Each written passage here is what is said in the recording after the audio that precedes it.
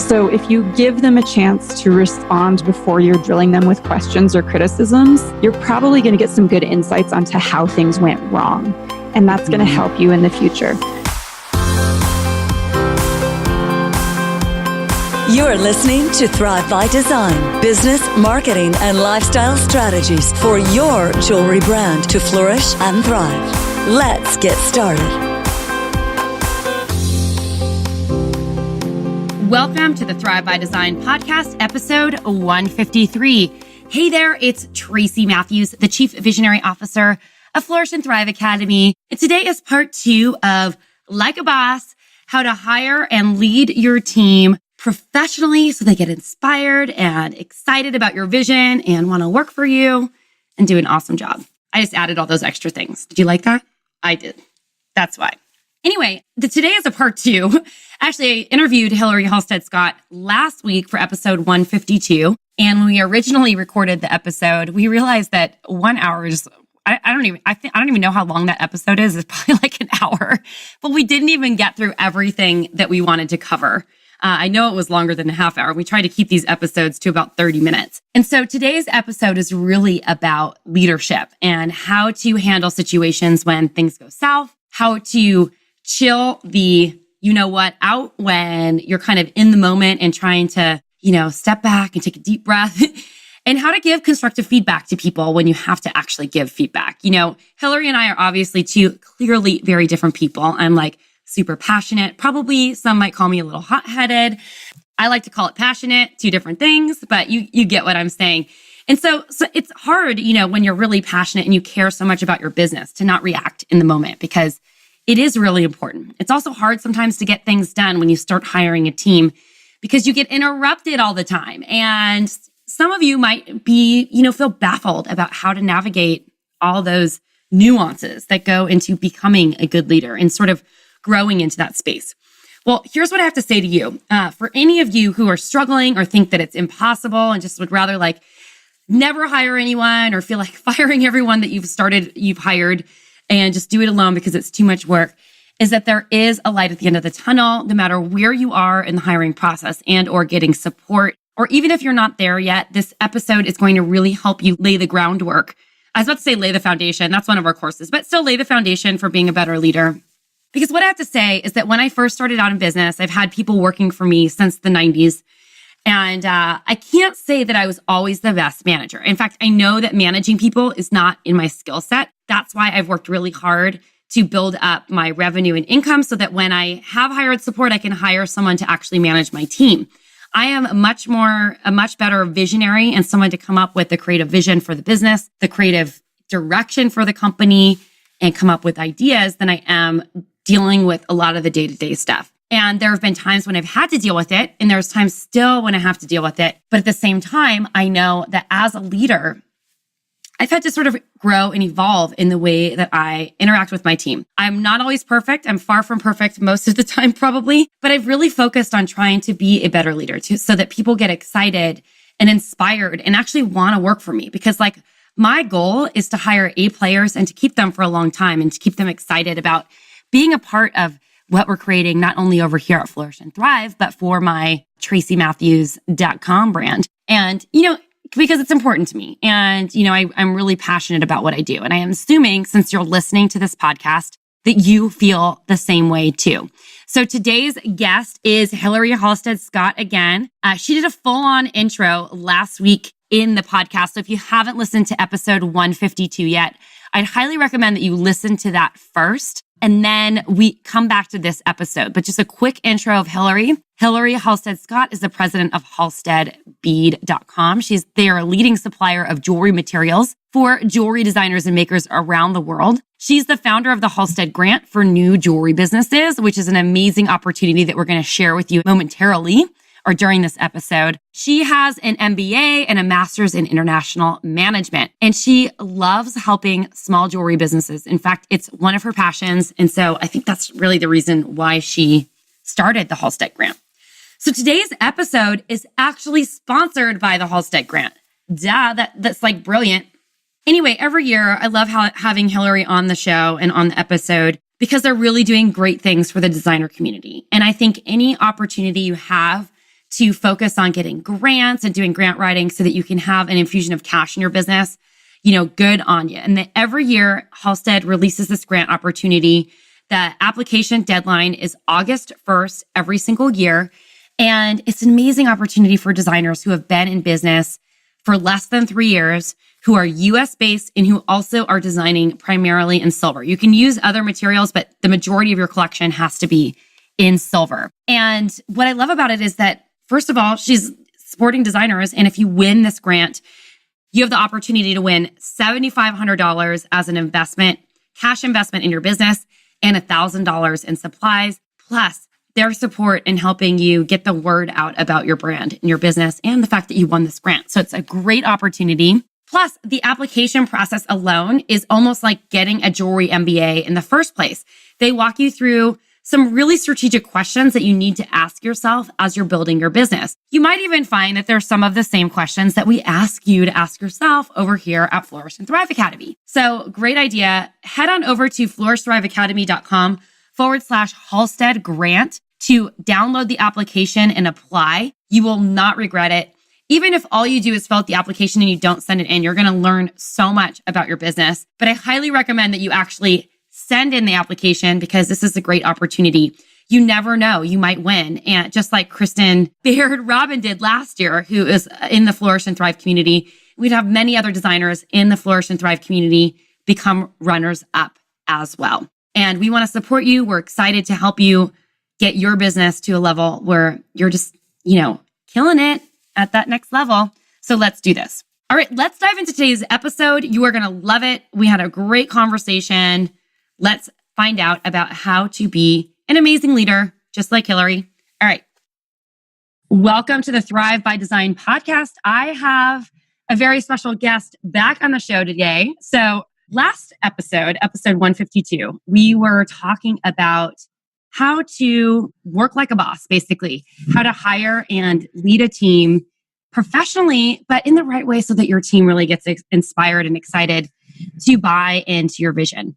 And my guest is Hilary Halstead Scott again today, because in last week's episode, we realized we only scratched the surface of the hiring part, and we had a hard time finding enough time, I should say, just to get into more of the leading part. So I asked Hilary to come back. We're doing back-to-back episodes all about how to hire and lead your team professionally. So welcome back, Hilary. Thanks, Tracy. It's great to be here. So for those of you who don't know Hilary, we did a full intro with her in the last episode, so you can re-listen to that. And I'd highly recommend, if you haven't listened to episode 152 yet, make sure that you go back and listen to that episode, because it's really kind of frame what we're talking about here today. And Hilary is the president and CEO of Halstead Inc.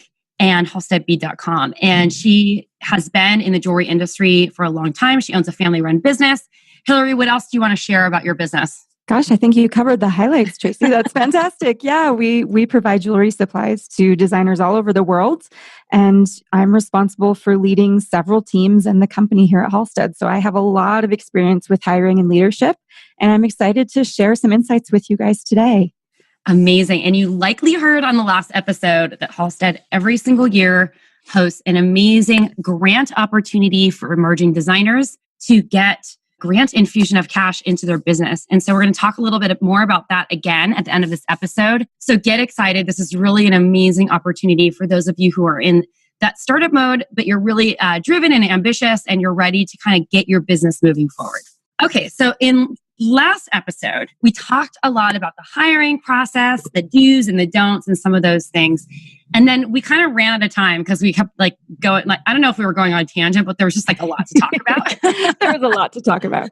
We didn't really talk that much about leading. So we're just going to wing it and freestyle it here. So, I wanted to start what do you think, as a business owner, as a CEO, as someone who's run a family-owned business for a long time, and who's also seen her parents lead and manage a team and kind of evolve into a more structured business rather than just we have this family-owned business and we have to create some structures. What are some of the characteristics, do you think, of a really good leader? I think mentorship and coaching are such a huge part of leadership today. The way organizations are run now is so different than a generation ago. when things were much more structured and hierarchical. Businesses today operate in work teams that may flux and flow depending on what's happening in the business. But you're really working with peers in a much different way today. And I think that's true, regardless of the size of an organization, the relationships in the workplace have just changed. So, I love that we titled this series, Hiring and Leading Like a Boss. And that's a little bit tongue in cheek nowadays because the attitude towards leadership has really changed to more of a coaching mentality. You have this tremendous opportunity to help people develop their skills, to help people grow in their career and become professionals. And that is just such an exciting opportunity. It can be so much fun. Well, I love that you're saying that. And I always feel like these episodes, when I'm interviewing people, they come at the timeliest, most important time for me because, as I've, been in business for so long, I had a jewelry company for so long and now I have my second jewelry business on the side, which, I don't need as big of a team. I just really need an assistant to help me with production. And building Flourish and Thrive Academy, where we have several team members, part of what I'm always trying to do is to empower my team to be able to make choices on their own and decisions and be okay with them making mistakes, but also using those mistakes as a learning experience and also rewarding them and, really celebrating them when they do, an amazing job at something. So you want to talk a little bit about that, how you kind of like your approach to kind of leadership in the sense, like, how do you let people know that they're doing a good job? How do you keep the space open for people to make mistakes without like them completely ruining your business, obviously, but how do you give them like that independence to be, critical thinkers to actually like grow on their own? Like what are some of the tips you have? Gosh, there's so many directions we could go with that. But I want to circle back to one of the topics in the last segment when we were talking about those quarterly checkpoint meetings. Mm-hmm. And I think having these regular, on the calendar sessions planned with each individual as a private one-on-one meeting, that becomes a really great chance to mentor and coach people you work with. And that gives you a chance to discuss work on an ongoing basis and respond to those successes with praise and respond to those mistakes with guidance without it seeming really threatening or artificial, which I think can be the case a lot of times, when you have to make a point in the office of, let's stand up and all applaud so-and-so, or let's, if you're feeling frustrated, let's talk about this mistake you just made, spur of the moment, probably when you're feeling a little more angry or let down. And that emotion is going to drive too much of what you say. So I think moving a lot of those kinds of topics into those quarterly checkpoints where you have a little bit of perspective coming into that meeting allows that feedback to have more impact on the individual, and it allows you to provide better feedback, that's more tailored to them, that's more sincere. And it doesn't have to be like exactly in the moment, and I think that's something important to remember. There's such emphasis now on immediate feedback. We hear that all around us all the time. And, I'd say take that with a grain of salt. You can have a quick comment immediately, but I think things become more meaningful once you put a little bit of thought into them and allow time for that discussion in private. What is your method for kind of keeping track of that stuff? Is it like a manager that like tracks it, or are you the one documenting it, or how do you? Well, with my direct reports, I'm looking at it right now. Actually, I have this little planning page on my desk all the time because I have meetings every week with every one of my direct reports. And some weeks those are just like a little 5-minute meeting, no big deal. Some weeks they're 30 minutes, some weeks they're an hour. It just depends what we have going on. Yep. But I always have this little blotter page on my desk, and I have it in a grid with people's names in it. And as I'm going through the day, I'm constantly coming back to that and like jotting down a note in each person's box. Just don't forget to talk about this, or don't forget to check on this project, or don't forget to say great job about what they just turned in on Friday. Just because as we move through the day, things are hitting us so fast. It is really hard to remember everything. I live and die by Post-it notes.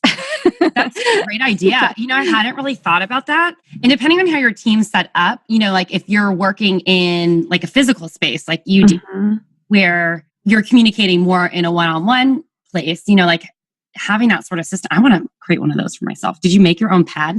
Like, Well, I just have a file in Excel that's just kind of this blocked out grid with people's names in it, and I print one out every week. So amazing. Sometimes I move things over from week to week, and sometimes they're scratched off.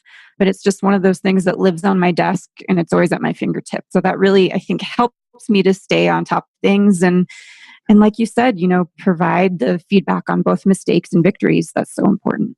Yeah, I think it's, I want to talk a little bit about how you give diplomatic feedback especially when you're like, they just totally biffed that, like whatever. But I want to get back to that in just a second, because I think actually acknowledging the awesome things that people do is really empowering to the team. And we have this system, because my team's completely virtual for Flourish and Thrive. And we have this system where we, every week, there's an automatic bot that goes out into our Slack channel, which Slack is basically like an instant messaging channel so that we can communicate through the day for a virtual team. And that bot just says shout out a team member who did an awesome job that you're working with. And then this way gives everyone on the team to share an experience with one person, a couple of people. You can't, our rule is you can shout out more than one person, but you can't shout out everyone.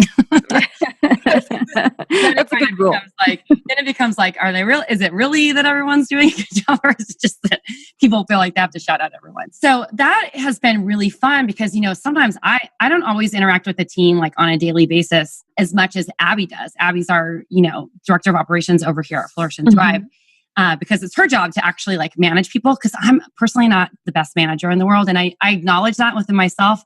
And it's been leadership has been a huge work in progress. But I know that if I have someone who's working with me to actually manage the day to day with the team, I can sit back with them and be a better leader, share my vision and all that stuff. So we've created this system for celebrating great wins. And in fact, when we have a big event or something coming up, we started having an MVP. So it's the MVP gets a huge prize or a bonus at the end. So that when, over this 6-week period, this 8-week period, this 3-month period that we're working on something specific, we can really say we vote as a team, and it's a hidden ballot. No one can vote for themselves.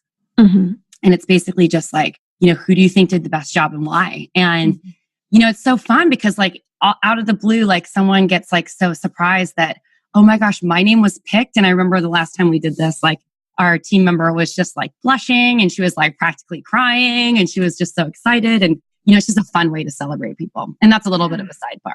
But, let's get to the tough stuff. What do you do when you really, need to give constructive feedback in the moment? Because it's something that is quite urgent. Do you delegate that to other people? Are you handling it? Or how does it work? Well, I have my direct reports. So there are 10 people who I manage directly. So all of their performance reviews and feedback comes directly from me. And then I do have team leaders who, lead their own direct reports and handle that. So I kind of have both sides of it.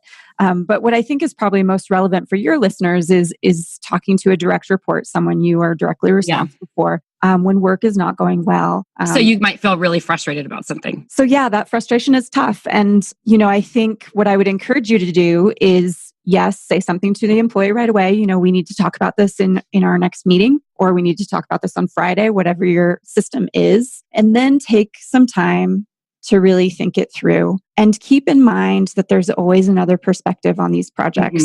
So, there are some things that are really concrete, and this was 6 millimeters instead of 4 millimeters, that's very straightforward stuff to deal with. But when you're talking about a more complex project with gray areas or some instructions that you thought were perfectly clear that were maybe misinterpreted, I think you need to come into the meeting with a little bit of an open mind. And whenever we have a problem, my approach is to say, just had this project that wrapped up recently. I can't say I'm really thrilled with the results. How did you feel like it went? And kind of give them a chance to give you their take on things. I find this is really helpful because a lot of times people know it didn't turn out well and they have great insights as to why. That may help you to be a better manager as well. Yeah. So keep in mind there is that. Beyond that, a lot of times the directions you thought were perfectly clear may not have been. And this can be a great cue as to what they heard. So if you give them a chance to respond before you're drilling them with questions or criticisms, you're probably going to get some good insights onto how things went wrong. And that's going to help you in the future. So really come into that meeting asking questions before you start giving your own personal commentary. Yeah. And I know that's tough. It's tough sometimes. Yeah, it can be really tough. Good. Yeah, I think so. And so like something just happened today on my team. And it was like just something on social media, like the wrong thing was posted for the wrong link in class or whatever. And I'm just like, I basically just posted, like my first question was like, I took a screenshot and I just said, hey guys, like what happened here? This is the wrong thing. Like who's responsible kind of thing. And like, just tell me what happened. Like, where's the breakdown? Because we got to fix it. And I'm like super quick like that. And probably that's why Abby manages the team. Well, it's a good thing to be quick. And that's a very concrete situation that's pretty time sensitive. So you're right. I mean, you got to get on that immediately. Something posts to social media, it needs to be handled. But I think a lot of times your direct reports are going to really surprise you. A lot of people own up to things. They have a really clear view of it themselves, and they can step up and accept responsibility for something and say, I'm already on top of this. I'm doing X, Y, and Z. I apologize for the mistake. And right there, they've just really impressed you. Yeah. But if you come in there angry and just lecturing them, they never even have that opportunity. That's true. Ask questions first. And then when it comes time, to give your own take on things, remember, just like we talked about in the last session, this isn't a personal commentary. You're not talking about what they wore to work that day or how nice a person they are. You're talking about skills and deliverables. So keep the conversation focused on skills and deliverables and be very specific. Skills and deliverables, what you received compared to what you expected. And if there was a shortfall, is it because the instructions weren't clear? Is it because you didn't feel you had the training and the resources you needed to perform up to the expectations? Or is it because of some other reason? And approach it as a conversation. And again, you're probably going to get some good feedback on things. Absolutely. So do you ever pose to your people, like have them come up with the solution? I've heard this from other leaders. And sometimes I do this because I really want people to be able to work in their own way, where I say, like, how would you have done it differently, next time? Or what do you think? I mean, I guess asking some of the questions might bring that out. But is there a way that you kind of like let them come up with a solution first instead of you telling them like absolutely the next steps? Yeah, how do you handle that? Yeah, I think that's a great suggestion. It's just exactly like you said, asking people what they would do differently is really going to help them learn and do better the next time. I think as managers, we often underestimate how long it takes to fully learn a responsibility. And we expect that people are going to really latch onto things after just completing a process or a project once. But in reality, for most people, it takes several times, several rounds of experience with a process or a new responsibility before they really absorb all of the details. So asking them questions about what they learned, what they would do differently, what suggestions they have, all of that is going to help them to do better and learn more quickly. Awesome. Such great feedback. So one of the things, my next question is really about creating boundaries. One of the things I know that when I had my office in San Francisco and I had this amazing space and was really building a brand, one of the issues that I often had, with my team was that they would interrupt me all day long. And so I could never get stuff done. And so when we moved into our bigger space, I had an office door that I could actually close, which felt so bad to me because I felt bad actually having to close the door. But one of the problems was that I felt like I was being too available. And what I was doing was breeding a team of people working for me who weren't becoming critical thinkers and coming up with their own solutions to problems. So what's that fine balance between having a culture of availability versus like having a culture where you're actually just setting boundaries and allowing people and almost guiding people to be better self-starters and better critical thinkers? Yeah, I think that's a great point, Tracy. It is really difficult to find that balancing point, and I think it becomes even more difficult in a small studio space where you may all be working in the same room without those physical barriers like an actual office and a door that you can close. But it is important to establish those barriers and times when you can work uninterrupted and really focus. So I know for some studio managers, that's work they save for maybe when their part-time people aren't present in the office. But you also have to have some sort of cue as to when you are available for questions and when you're not. So, whether that's wearing headphones or, if I'm at my bench, you can ask me questions. If I'm at my desk, you cannot. But establish those expectations up front and don't be afraid to say there are times when I just really have to concentrate. Because you're right, you do end up with a situation where people will run questions by you just as a sounding board if you're sitting right in front of them. And what do you think of this? And what about this color? Is this too big? Is this too small? And all of a sudden you're getting so interrupted that you can't think straight. It's a real challenge. So, establish some cues or some time slots in the day. And then, you have to be disciplined about enforcing those. Even if someone comes to you with a quick answer, sometimes you need to turn them away and say, this isn't the time. We'll talk about that later, or when I'm at my bench again, or whatever the situation is that you've established. But the discipline has to come from both sides, or, that line is going to blur really, really quickly.